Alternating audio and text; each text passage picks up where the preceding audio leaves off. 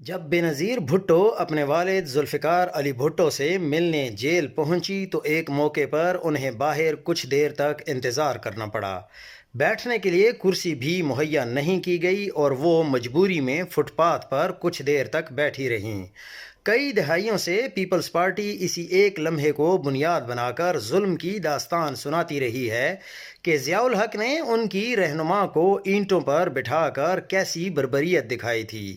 آج اسی Peoples party کی کھلی سرپرستی اور سہولت کاری میں ملک کی تاریخ کا سب سے سفاک جبر برپا ہو رہا ہے۔ یہ ظلم کا وہ انوکھا باب ہے جو عمران خان کی نہتی بے قصور اور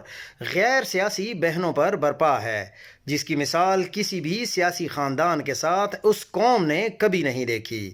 تصور کیجئے کہ عمران خان کی بہنوں کو جون جولائی کی تپتی دھوپ میں جب آسمان سے آگ برستی ہے، کئی کلومیٹر تک پیدل چلنے پر مجبور کیا جاتا ہے، اور جب وہ نومبر کی کپکپا دینے والی سردی میں بھائی سے ملاقات کرنے کے لیے طویل انتظار کے بعد سڑک پر بیٹھنے پر مجبور ہوتی ہیں تو ظالمانہ طریقے سے ٹھنڈا پانی چھوڑ دیا جاتا ہے۔ دل دہل جاتا ہے کہ عمران خان کی ضعیف بہنوں کو رات کے پردے میں تنہا اور بے آسرا سڑکوں پر گھسیٹا جاتا ہے اور ان کی چادر پر ہاتھ ڈالا جاتا ہے۔ اگر پاکستان کے کسی بھی سیاسی رہنما کی بے گناہ